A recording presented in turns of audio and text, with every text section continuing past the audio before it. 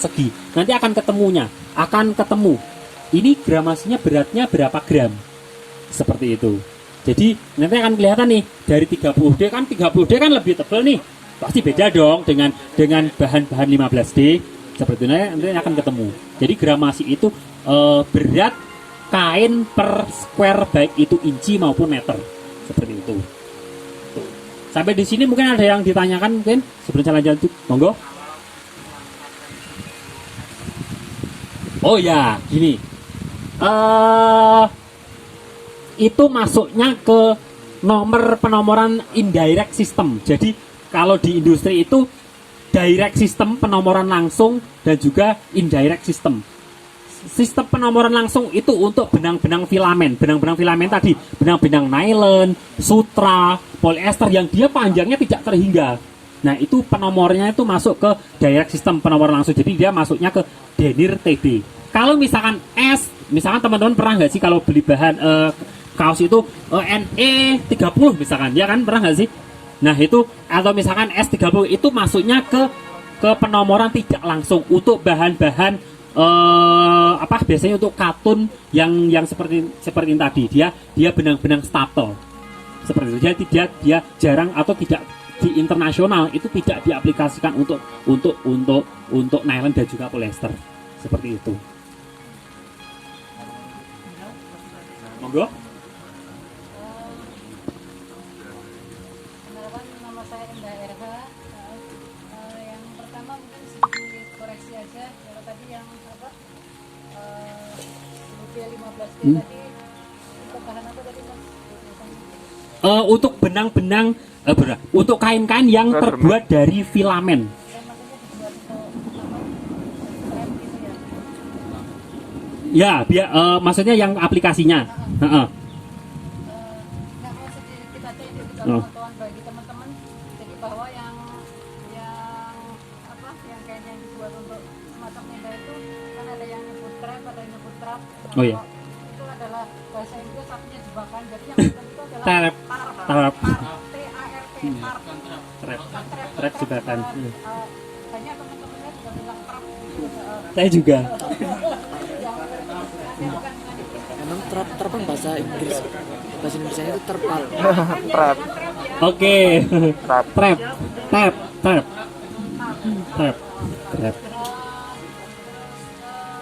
Tadi kan ada yang 10D, Ya. itu sekarang sudah diaplikasikan ke tenda. Sekarang udah ada tenda yang berbahan yang 10D itu tadi. Otomatis dia kemarin saya browsing itu yang tenda 10D itu berat untuk kapasitas 2 orang beratnya 930 gram di luar masak ya. Nah yang saya tanyakan antara yang kan ininya kan jadinya tipis kalau dia Ya. semakin kecil. Benar. Dengan 10D, 15D, 20D dengan coating yang sama. Apakah ini kekuatannya itu juga akan sama kan dengan tipis kita mungkin memang kalau tipis nanti cepet sobek misalnya kayak gitu. Jelas beda. Jadi antara 15D dan juga 20D itu jelas beda karena si tebal diameter si benangnya itu akan beda. Jadi semakin dia nilai denirnya besar, itu diameter benang pembentuknya itu semakin besar. Otomatis nilai kekuatan tariknya itu semakin besar dibanding 10D 7D yang dia diameternya lebih kecil. Intinya Seperti itu. banget itu resiko. Well banget resiko. Resiko apa? Resiko sobek kan tipis. Tipis. Katanya itu juga rawan juga ya. Bisa jadi. Jadi ini kayak saya mengatakan 10D itu pada dasarnya dia lebih rawan itu karena tadi secara konstruksi dia lebih kecil dibanding 30D seperti itu. Makanya untuk dia mungkin sleeping bag gitu kan yang dia tidak membutuhkan tarikan angin dan lain-lain, dia cukup menggunakan bahan-bahan 7D dan juga 10D dibanding mungkin yang trap yang dia harus membutuhkan kekuatan yang ekstra gitu, atau bahkan mungkin ada yang ditambah mungkin dengan karakteristik ripstop gitu, dia pasti akan berbeda dengan bahan yang non ripstop seperti itu. Makanya Makanya untuk bahan-bahan sleeping bag itu tidak perlu menggunakan bahan-bahan, kalau ini ya pada dasarnya itu tidak terlalu membutuhkan bahan-bahan ripstop karena tidak terlalu memiliki kebutuhan tarik yang ekstra seperti itu. Makanya kalau misalkan bahan-bahan baju tentara, baju polisi itu pasti ripstop karena dia harus berguling-guling di tanah, masuk ke pedalaman hutan, masuk ke air dan lain-lain. Dia harus memiliki kekuatan sobek yang ekstra gitu. Makanya tas-tas TNI misalkan dia pasti akan ripstop seperti itu dibanding bahan-bahan katakanlah yang tidak membutuhkan kekuatan-kekuatan yang ekstra seperti itu. Monggo.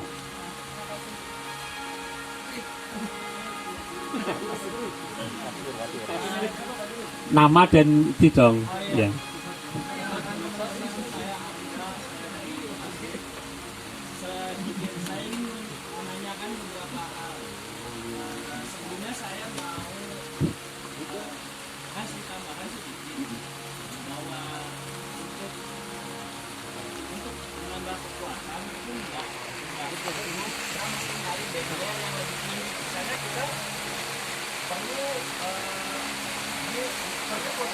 Berarti kan sekitar 30 sampai 40 B.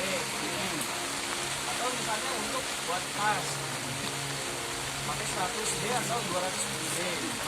Selain itu bisa juga dipikirin dari teknik tenunnya dengan, karena bedanya jauh ya antara kain yang nggak ada teknik tenun tertentu, misalnya ripstop, diamond ripstop, macam-macam dan reinforcement itu akan menambah reinforcement sendiri. Pertanyaan saya adalah tadi Mas Irfan dan mungkin bahwa selain denier tadi Ya teks, tapi jarang dipakai. Itu sebenarnya sama. kalau di marketplace lokal itu 190 T. Bener. Bukan. Itu beda. Kalau T itu dia biasanya untuk tetal biasanya. Bukan. Kalau tag itu dia tulisnya TEX gitu. Dia penomoran benangnya gitu. Bukan 90 T yang biasanya kan di itu bukan ke situ. Nah, kalau gitu saya mohon pencerahannya terkait T yang 190 T, 200 T. Oke. Tolong dong ya.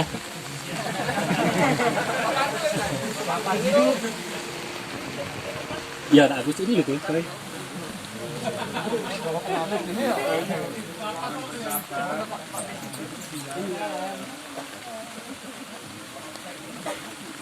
Akan menjadi 20 D ripstock silpoli 300 T 2000, ini bukan M ya, mm 2000 mm atau milimeter. Nah kemudian ada 30 D ripstock sil PU 200 T 3000 mm. Nah seperti tadi aku bilang 20 D itu berarti si benang pembentuknya kain itu tadi ya, setiap 9000 itu dia memiliki berat 20 gram. Kemudian dia tekniknya si konstruksinya dia ditambahin agar dia ripstock. Kemudian 300 T itu adalah sebenarnya itu total si gini.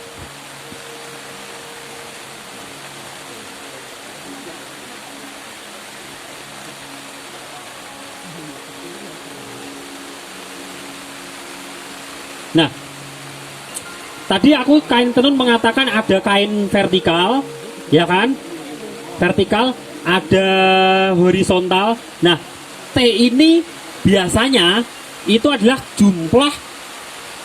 jumlah benang dalam 1 inci biasanya. Kerapatannya. Ya benar. Jadi kerapatan dalam 1 inci. Misalkan nih kayak ini, saya potong 1 inci. Gitu kan 1 inci. Nah saya ambil jumlah benangnya nih, saya ambil seret gitu kan, ini anggap saja 1 inci seret, kemudian ini saya ambil juga seret. Nah ini jumlahnya itu adalah 300 seperti itu gitu ya. Nah jadi ini sama, berarti ini dalam 1 inci biasanya sih 1 inci, tapi tergantung nanti, mohon nanti dikoreksi lagi ya kalau misalkan tapi kebanyakan itu dalam 1 inci itu kerapatan benangnya itu berapa, karena tadi ini itu setiap benang itu akan mempunyai kerapatan masing-masing. Biasa ini nanti masuknya ke ranah pos. Kalau saya ya itu nanti masuk ke ranah pos, jadi otomatis jumlah benang satu dengan lain akan berbeda dong, banyaknya benang yang dipakai gitu. Biasanya ya kalau di industri tekstil nih katakanlah dengan lusi yang kecil, dengan vertikalnya itu dikurangi, dia akan menghemat beberapa benang gitu kan. Karena dia akan dengan horizontal yang tetap, dia akan lebih hemat gitu. Biasanya sih seperti itu. Gitu. Jadi dia lebih ke teknik kerapatan. Terus kemudian untuk 2000 mm itu masuk ke nilai waterproof seperti saya katakan tadi. Jadi seberapa besar nilai WP si kain tersebut gitu. Terus saya juga kadang agak bingung itu, Mas aku duwe kain Mas, speknya apa gitu kan. 20D coating gitu. Coating apa? Mbuh gitu. Saya bingung lah, ini coatingnya coating apa? Nah ini yang harus teman-teman harus bisa di-upgrade lagi ya. Jadi coatingnya apa dulu? Silikon, silpoli atau tadi PU dan lain-lain gitu. Begitu ya. Gitu. Terus ada lagi mungkin sebelum saya melanjutkan. Mas Dede, Bang Dede, kompornya aku pinjam. Ya. Apa?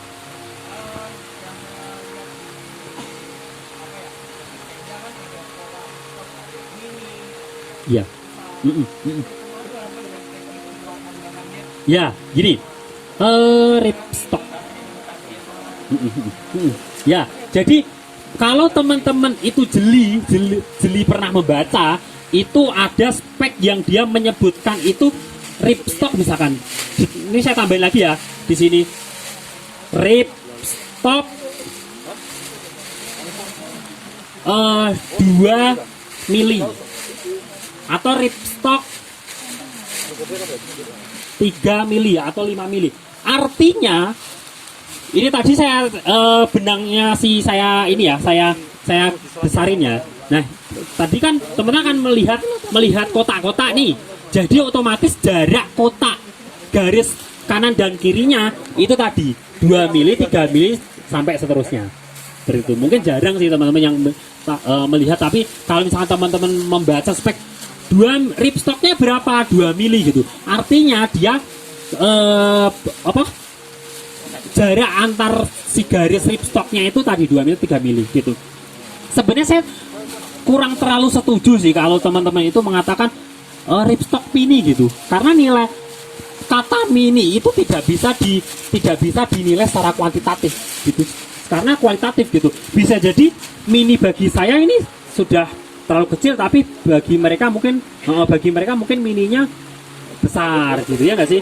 Misalkan bagi ini mini, ini tidak mini seperti itu. Jadi sebenarnya kalau mau nilai ripstok itu diukur tadi jarak si kotak-kotak ini antar garis kotaknya itu berapa mili gitu. Biasanya 2 sampai 3 mili biasanya seperti itu. Ada juga yang mungkin ya 2 mili. Nah, otomatis nilai rapatnya itu akan mempengaruhi si kekuatan. Karena tadi ripstok sendiri kan dibentuk salah satu benangnya itu diperkuat ya kan, si salah satunya. Jadi otomatis dia semakin kecil jarak ripstoknya, dia otomatis kan banyak benang kuat yang tersusun di dalamnya seperti itu. Jadi kalau bisa jangan sampai mengatakan ripstok mini gitu, kalau bisa. Jadi ripstoknya berapa gitu. Nanti diukur aja pakai penggaris meteran biasa yang kita sekolah itu. Nanti itu jarak ripstoknya berapa. Nanti akan ketemu 2 mili, 3 mili dan lain-lain. Seperti itu. Mungkin ada lagi, aku tak minum ya, sorry. Ada pun. Mas Dede, aku pinjam kompornya Mas. Ro. Yuk.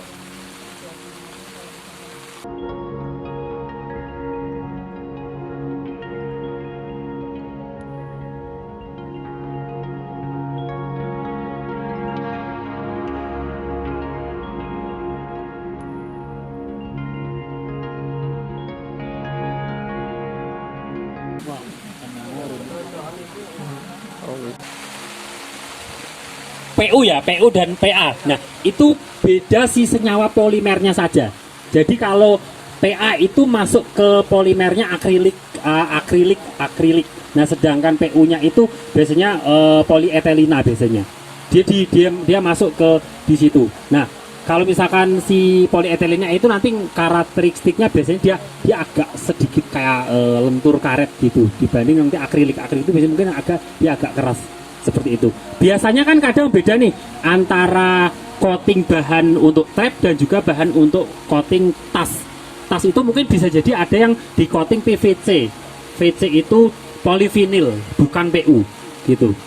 Pernah sampai segitu atau memperhatikan? Ada beberapa yang tas itu dia tidak PU gitu, ada yang dia itu PVC, polivinil. Kalau PU itu polietilen gitu. Seperti itu nanti dia beda senyawa polimernya saja.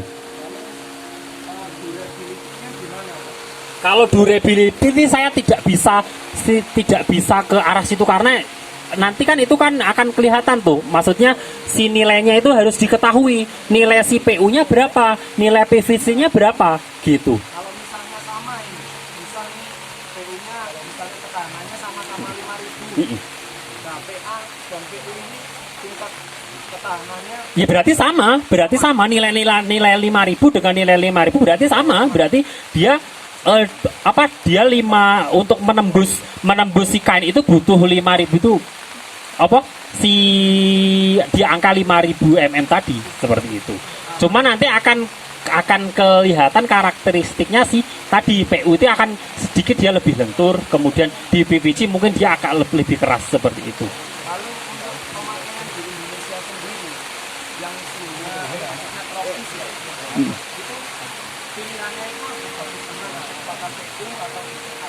Kalau situ saya belum bisa jawab sih, kalau itu saya belum sampai menganalisis berapa untuk ketahanan untuk jadi aku jujur untuk PVC maupun PU itu apalagi untuk Indonesia tropikal saya belum bisa ke arah situ seperti itu.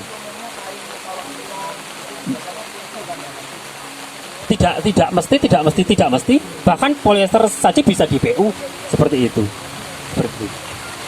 Ini ada lagi?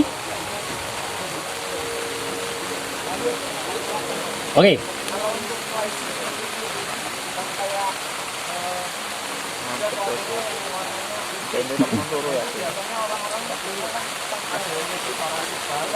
Ya.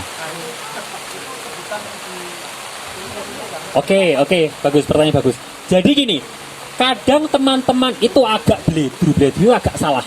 Jadi harus bisa membedakan laminating dan juga cutting. Laminating dan juga cutting itu berbeda. Jadi kalau saya ibaratkan gini, ada yang mungkin Mas Sopo ya kemarin ya dia bekerja di laminating juga. Ada yang bekerja di coating dia. Lagi bahas apa nyala? Bahas apa? Orang. Putih itu. Tadi itu namanya jenis yang putih itu.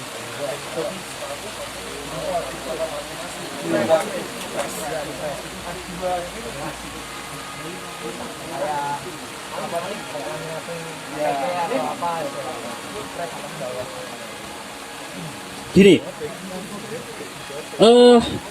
ada bahasa laminating dan juga cutting. Ini harus dibedakan.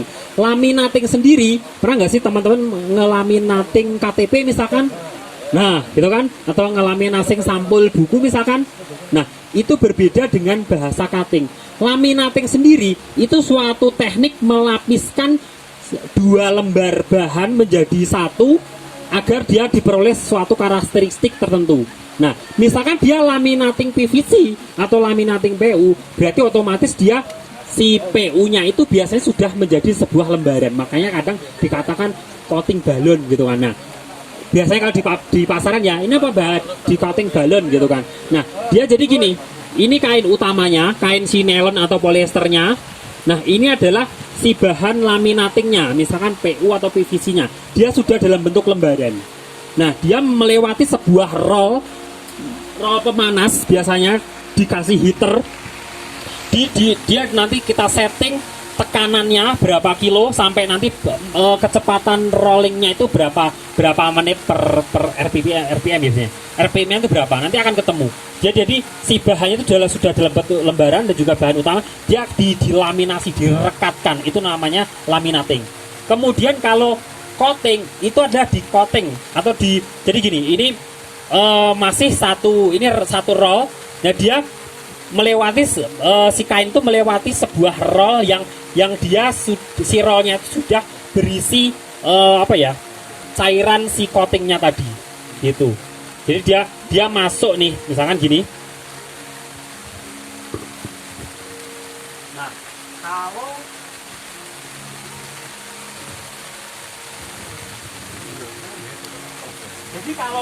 kalau laminating itu dua roll kanan dan juga kiri itu saling merekatkan dua bahan dia direkatkan di press dengan settingan heater tertentu dan juga mungkin tekan tertentu. Kalau misalkan coating sendiri itu jadi si bahan itu melewati sebuah roll, tapi si polimernya itu dia sudah berbentuk cair, bukan lagi lembaran.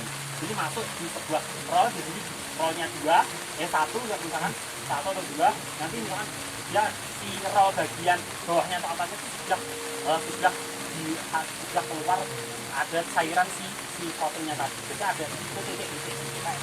Ada yang bekerja di pabrik printing kain, ada printing kain itu kan si screen printnya kan bulat loh. Bulat itu dia sudah si dalamnya itu sudah berisi cairan tintanya gitu. Jadi ketika dia melewati sebuah roll, dia sudah menggambar sendiri. Masuk si tadi coating. Jadi coating itu dia masuk satu lembar kain bukan polyester maupun nylon, itu nanti masuk sebuah roll, dia si cairan itu sudah liquid, nanti dia di coating. Jadi ada laminasi, ada coating. Makanya teman-teman akan melihat atau akan pernah memegang kain-kain yang dia dicubit itu sobek, ya kan? Pernah mungkin disobek gitu kan coatingnya. Nah itu sebenarnya bisa jadi adalah tekniknya itu laminasi sebenarnya, bisa jadi bukan coating gitu. Terus mungkin teman-teman satu lagi tekniknya, mungkin teman-teman pernah nggak sih jadi coatingnya itu coating semprot, pernah nggak sih? Pernah. Ini di coating semprot gitu, silikon semprot misalkan, atau misalkan teman-teman pernah membeli aku nggak tahu mereknya ya, dia untuk sepatu gitu disemprotkan gitu kan, dia akan punya sifat anti air, water repellent, water resistant. Nah itu sama, ada beberapa teknik coating yang dia itu, ini sebuah kain gitu kan, dia itu ada spinneret gitu kan, spinneret yang dia menyemburkan si cairan coatingnya tadi gitu, kayak orang spray gitu, seperti itu. Dan tentu ini nanti akan berbeda karakternya gitu. Tahu ya, jadi ada laminatan, ada coating. Cuman kadang teman-teman itu dijadiin satu. Pokoknya ini coating, padahal itu bukan coating tapi laminasi gitu, yang bikin dicubit gitu. Laminasi berarti nggak tahan lama ya materialnya? Aku juga nggak bisa itu sih.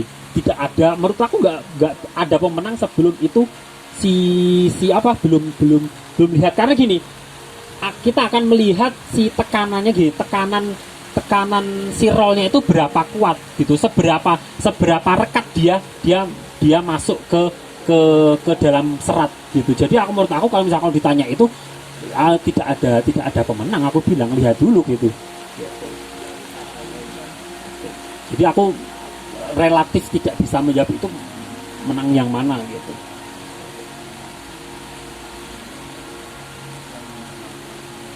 Ada lagi mungkin? Sebelum berapa jam lagi nih aku waktuku? Oke.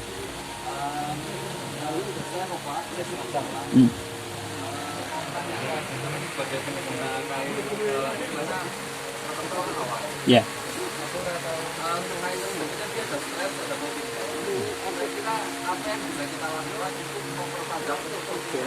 Memperpanjang umur coating. Perawatan itu seperti apa sih? Apakah ada zat-zat yang nggak boleh kita kenakan ke kain tersebut agar misalnya coatingnya tidak Oh gitu. Bisa dibilang penggunaan juga nggak terlalu banyak barangnya sih ya. Yang misalkan coatingnya mengelupas ya, gitu. Kira-kira apa yang bisa kita lakukan untuk memperpanjang?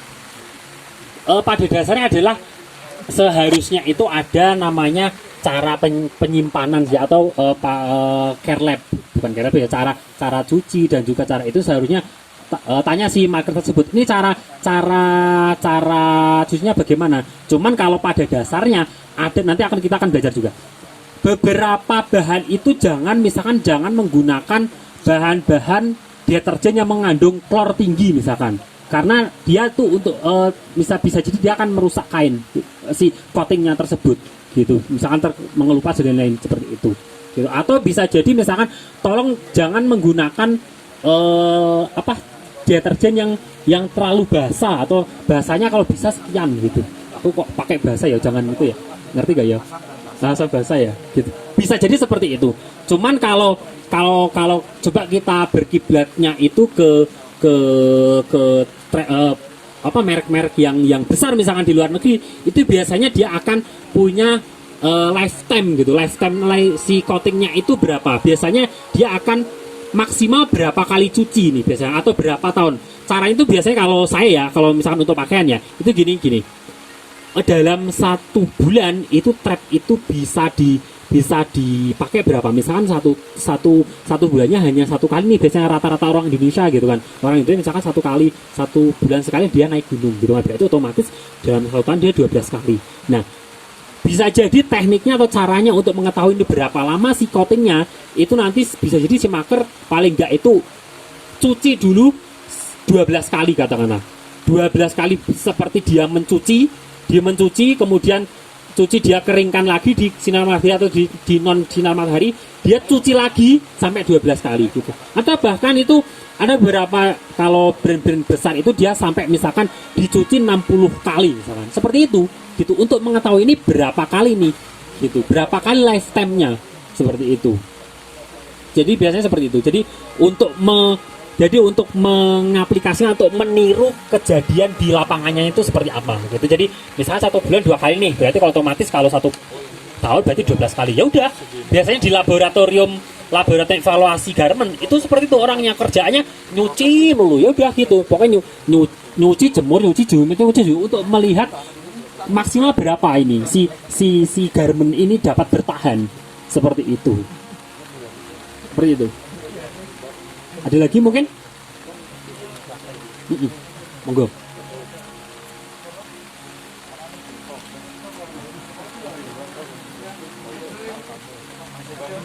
Oke, monggo.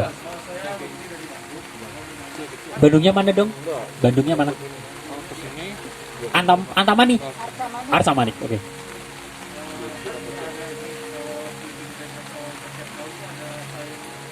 Ya. Dia kalau dia berarti kalau misalkan si kain itu ada spek down proof itu biasa dikasih polimer atau si beberapa treatment lagi, sehingga si kain itu misalkan bisa diaplikasikan untuk si bahan-bahan sleeping bag. Misalkan si kainnya itu masih water repellent ya, biasanya water repellent, atau misalkan si kainnya tidak bisa tembus si bahan tersebut, biasanya seperti itu down proof dan lain-lain.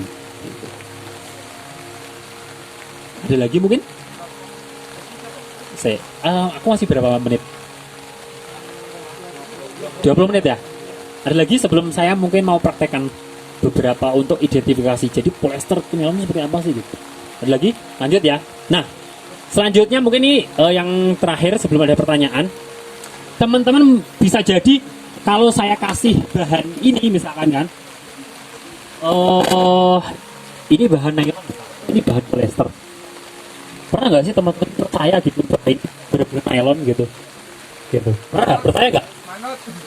Manut makernya. Oh, ini kata maker diklaim nylon gitu.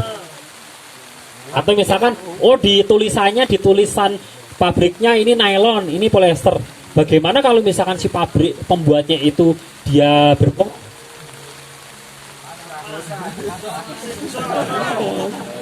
usah lemah terus Gusti Allah balas. Nah gitu.